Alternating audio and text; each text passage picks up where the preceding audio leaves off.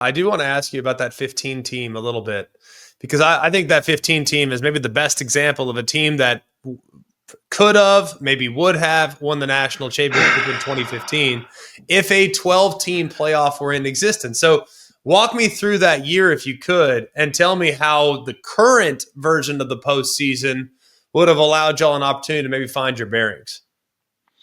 Man, 15. Even dating back to the coaching staff, 15 was our year that they planned for us to win it.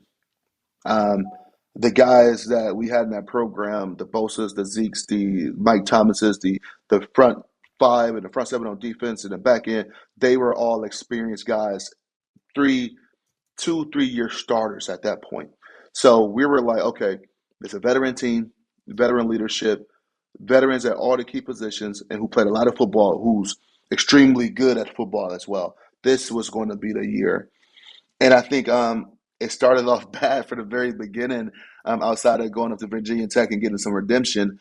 But, trying to run a two-quarterback system on offense really stagnated our offense and made us underachievers. You got two quarterbacks, myself and JT Barrett, who are completely different quarterbacks in their own respectable playing style. You can get a lot of more things done on the ground with JT than myself. I mean, let's call a spade a spade. I love to push the ball downfield, right? We had the guys to do that.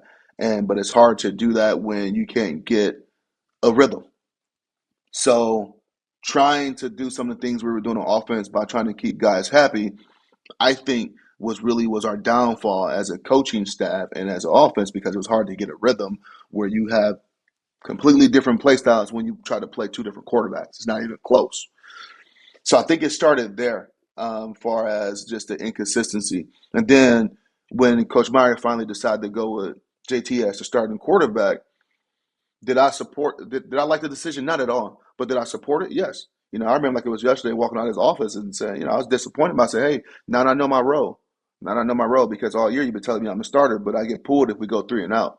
So I never felt that comfortability and that confidence in my staff, because every time I was out there, I felt like I got to be perfect, or I got to make sure we score. And that's not a great way to play as any player in any sport, trying to go out there and be perfect rather than just letting the game come to you.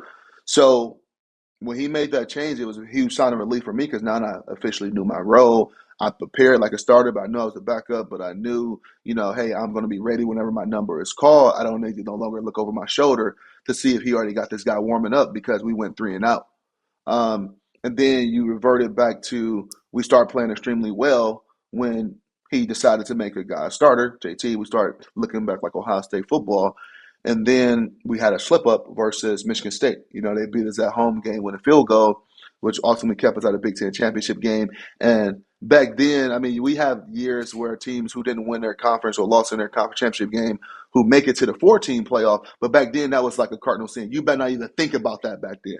But if that was a 12-team format, we definitely would have been in there. And I think it would have been a great 12-team format at that time, because you had some great teams all on the outside looking in a 14 format that year, who could have definitely had a chance to potentially win a national title.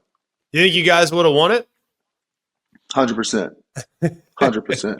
And I say this with all due respect to the Alabama winning it. I think Alabama won it that year. I'm like, we would have killed you guys. We killed you.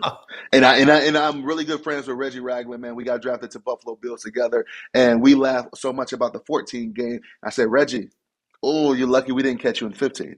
I said, what we did to you guys in 15, it would have set your program back. It set our program back. What we did to you guys in 15, because they went for it, and I think they beat Clemson in the national title.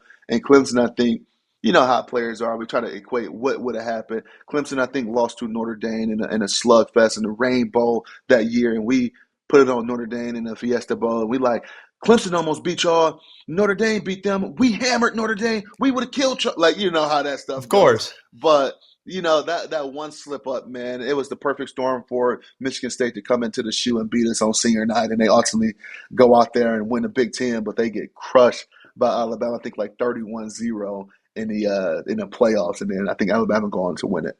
Yeah, no, it was definitely probably as surprising an outcome as I've ever seen. Because that 15 team was about as talented as it gets.